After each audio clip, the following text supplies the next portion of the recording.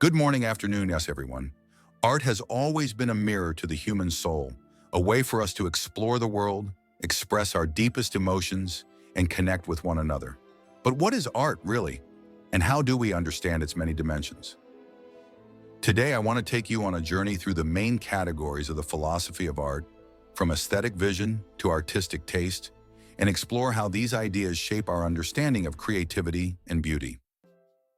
Aesthetic vision, seeing the world differently. Let's start with aesthetic vision. This is the idea that art allows us to see the world in a new way. It's not just about what we see, but how we see it. Think of a painting that captures the play of light on water, or a poem that turns an ordinary moment into something extraordinary. Aesthetic vision invites us to pause, to look closer, and to find beauty in the everyday. But it's more than just observation. Aesthetic vision is also about interpretation. It asks us to consider, what does this artwork mean? How does it make us feel? And what does it reveal about the world or about ourselves? Imitation and mimesis. Art as reflection. Next, we have imitation and mimesis. These concepts go back to ancient philosophers like Plato and Aristotle, who saw art as a reflection of reality. Plato was skeptical of art, arguing that it was merely a copy of a copy, a shadow of the true forms.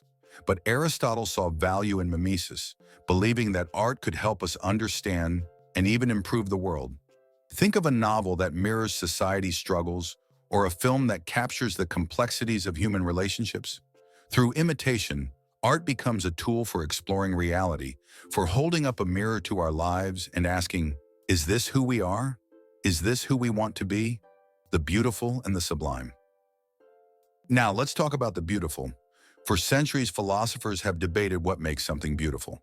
Is it symmetry, harmony, or something more intangible? Kant argued that beauty is subjective. It's not in the object itself, but in how we perceive it. But beauty isn't the only aesthetic category. There's also the sublime, the feeling of awe we get when faced with something vast or overwhelming, like a stormy sea or a starry sky. The sublime reminds us of our smallness in the universe, but also of our capacity to wonder and create.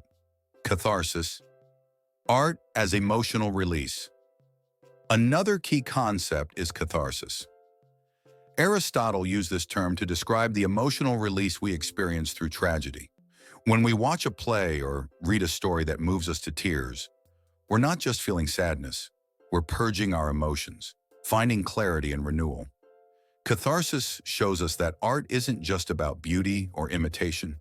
It's also about transformation. It allows us to confront our fears, our grief, and our desires, and to emerge stronger and more self-aware. Sign, symbol, and simulacrum. Moving on, let's consider signs, symbols, and simulacra. These are the building blocks of meaning in art. A sign points to something specific. A red light means stop. A symbol, on the other hand, carries deeper meaning. A dove symbolizes peace. But what happens when art creates its own reality? This is the idea behind simulacrum, a concept explored by thinkers like Jean Baudrillard. A simulacrum is a copy without an original, like a hyper-realistic painting or a virtual world. It challenges us to ask, what is real? And how does art shape our perception of reality? Artistic image and style. Now let's talk about artistic image and style. The artistic image is the heart of a work, the unique way an artist captures their subject. Think of Van Gogh's swirling stars or Frida Kahlo's self-portraits. These images aren't just representations, they're expressions of the artist's inner world. Style, on the other hand, is the artist's signature, the way they use color, form, or language to create something distinct. Style is what makes a Picasso unmistakably a Picasso, or a Shakespearean sonnet instantly recognizable. Artistic taste, the role of the viewer. Finally, we come to artistic taste. Taste is subjective. It's shaped by our experiences, our culture, and our personal preferences.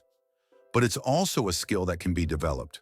The more we engage with art, the more we refine our ability to appreciate its nuances. Taste also raises questions about value. Who decides what's good or bad art? Is it the critics, the public, or the artists themselves?